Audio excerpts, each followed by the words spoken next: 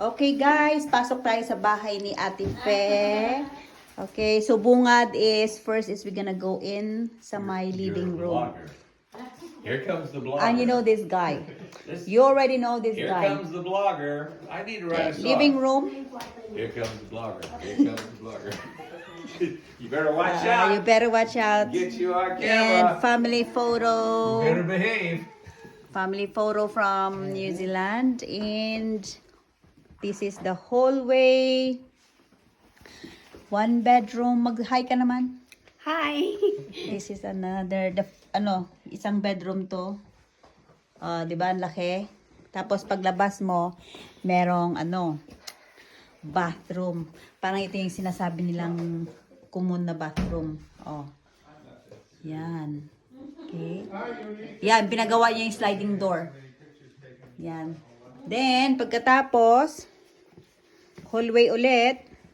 Dito tayo sa master's bedroom. Parang ito yung kwarto ni Ate Fe. Kaya lang wala na siya dito. Yan. Hoy, pasok ako ha. Ay, may Eiffel Tower siya na dekorasyon. Tapos, meron siyang dresser. And malaking bintana doon.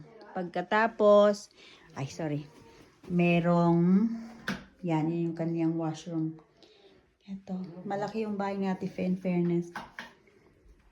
Tapos, meron siyang connecting na, dito sa may kurtina na to, may connecting bedroom naman ito, na kung may bisita, saan yung ilaw dito?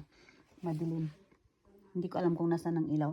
Kung may bisita, dito, pinapatulog. Sorry, madilim. Hindi ko alam kung saan ang ilaw. Yan. So, ngayon, pinaparintahan niya tong bahay niya doon. To. Okay, punta tayo sa kusina.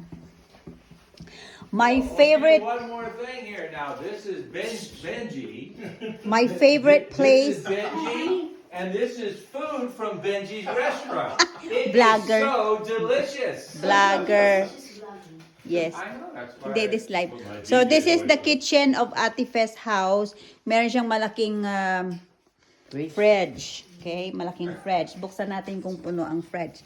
Kasi normally kung Pilipino ka, pag puno ang fridge is mayaman.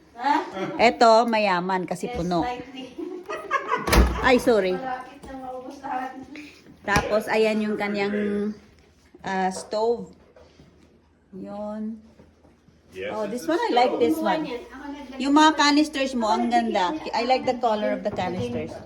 Yeah. Ikaw nagbigay. So when she bought, Ako nag-design ito. that's what I asked you earlier. So when she bought this house, it's empty. So look at this. See? Punong-puno. Okay. Ito, kababayan natin from Misamis. Osamis. Ozamis. Me from El Salvador. Cagayan de Oro. Tapos? El Salvador. Siya sa Ozamis City.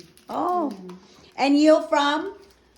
I don't Your know. Balinda? I'm from Australia. Australia. I'm from Mexico. Here we go. I'm from Mexico. From Mexico. And you?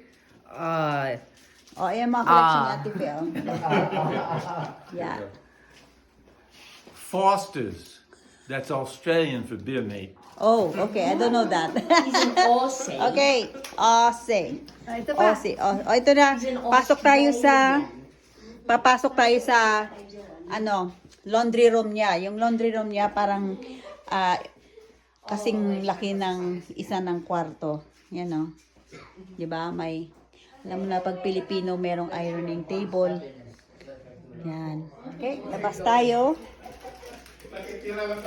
Is... Nako, 4 minutes na. I cannot post this one.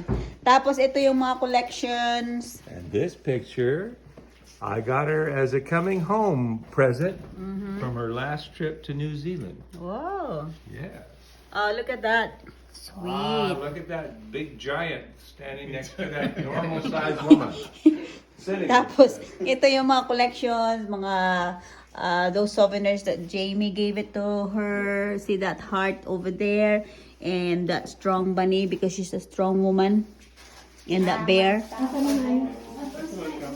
Okay. All right. Okay, I'm gonna end up my video because it's already almost 5 minutes and it's hard to upload. I can only upload in my YouTube account. So, if you wanna follow me in YouTube, just search Arador Vasquez. Okay. Okay, and I'm not from Australia. I'm from America. Okay, I know you're an American. Okay. Okay.